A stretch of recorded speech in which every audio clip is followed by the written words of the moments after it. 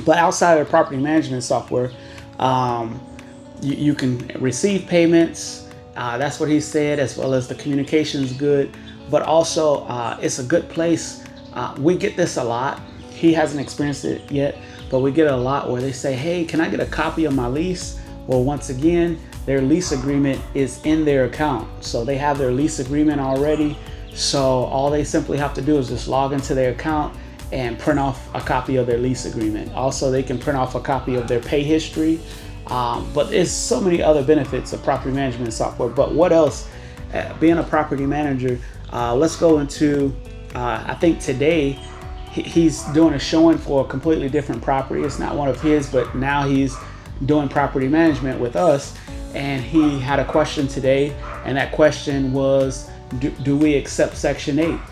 So as in regards to Section 8, for me, we do not do Section 8. However, you cannot say we don't accept Section 8. If you were to actually say that, you can get a lawsuit just by saying, I don't accept Section 8. What we have a tendency to say is that we're not set up for Section 8, which we're not. We're just not set up for the drama. We're not set up for the headache. We're not set up for the damage to the property. We're just not set up for that. We have one resident, which I was talking about today. She's been with us for 14 years, and we're going to give her a completely remodeled kitchen. We haven't done that yet. We're going to do that this summer. And then we're going to see her reaction. We're going to do our own version of HGTV, surprise the resident. So we're going to see how that goes. But either way, not all individuals are created equal. Some people will take the Section 8 help and they will get themselves back on their feet, and then they'll be able to make more than what's needed to be able to stay on Section 8. I think it's, don't quote me on this, maybe it's 30,000. You can't make over 30,000. But we want to encourage people, yes, if you need Section 8, definitely use it, get back on your feet. And then if you get that job offer that's 60, 70,000, 80,000 or more a year, by all means, go ahead and get that extra boost. But getting back to property management, talking with Gio here. So we are at the point where he likes the property management software. He likes the concept of having a website, a business website. So these are things that you all can grasp and maybe try to get ahead of time. Have property management software, have a website that individuals can go to. Also probably having a business phone line.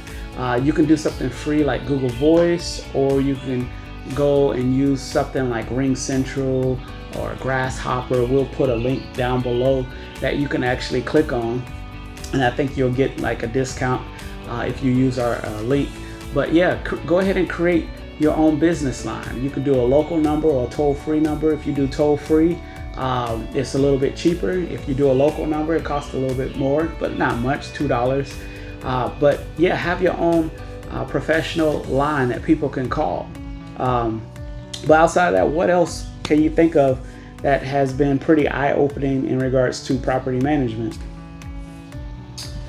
Well, let's start with our squatters. Oh, the squatters. That's just first for everything. That was definitely an experience. It definitely woke you up to, there's things you won't think about, I never considered even having squatters in my house. I didn't, I mean, of course everybody's heard of them, but nobody ever thought it, you never think it would happen to you, just like any other crazy situations like that. You never can be too prepared for anything, except for doing it, over and over repetitive work, you kind of work out those kinks and everything just kind of starts to fall in place. But that's definitely a situation. Now, in our case with squatters, we always have our burners, which are they look like real guns per se, but they do shoot only pepper spray. They shoot pepper spray, solid projectiles, and CS gas. The CS gas really powerful, but we'll do another video in regards to those. That way, if you all want to get one, you can get one. But for the most part, in regards to squatters, what are some of the things that you learned not to do to prevent squatters? So first thing, very first thing I would say is no for rent signs. For rent signs is free advertisement saying how this house is empty and open.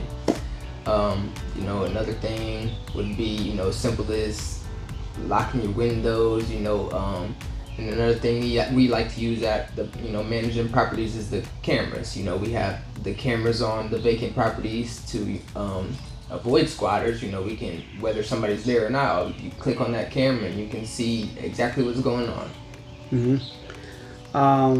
In regards to keeping your patience with individuals, you had one person who was applying for your property. I don't know, you can correct me, but supposedly you had been communicating with the boyfriend. The girlfriend didn't know that you were communicating with the boyfriend, and she practically, was she cussing, or was she on the verge of cussing at you or yelling? It was more so a situation where I was communicating with both, and we're both, the conversations just didn't match up. Since I assumed they were together, I assumed that they would be telling each other this information.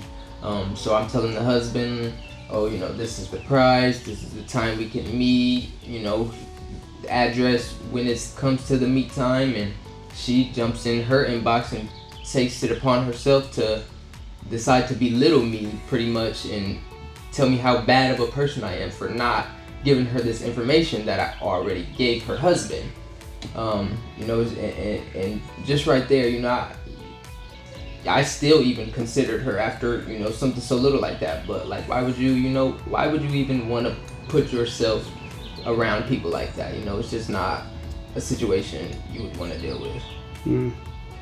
So you say you still gonna consider renting to it? I still did consider renting. I did. I can't lie. I just wanted somebody in that house, but thinking about it, once my ears were actually open to what really it could have been, and I thought about it, it's just, why put yourself in that situation? Why want to deal with a resident like that? Yeah, because she hadn't even gotten your unit yet. Let's say you didn't fix something. You better get over here now. And then, of course, the next word will be, or else you'll be talking to my lawyer.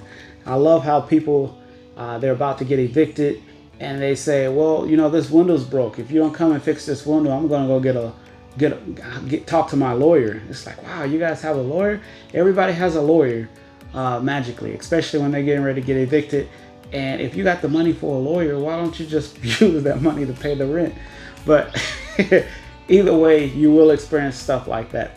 Now, people show the positive of property management, but a lot goes into it because you are communicating with people, and people have different personalities. They have different anger tolerances, and sometimes people will just, snap on you if you don't allow them to move into one of your units because you don't accept animals. Why don't you accept animals? We just don't. Well, all you have to do is just accept the animal. Well, we don't accept animals. And next thing you know, they're yelling at you and ready to throw stuff at you because you don't want to let their cat or dog in.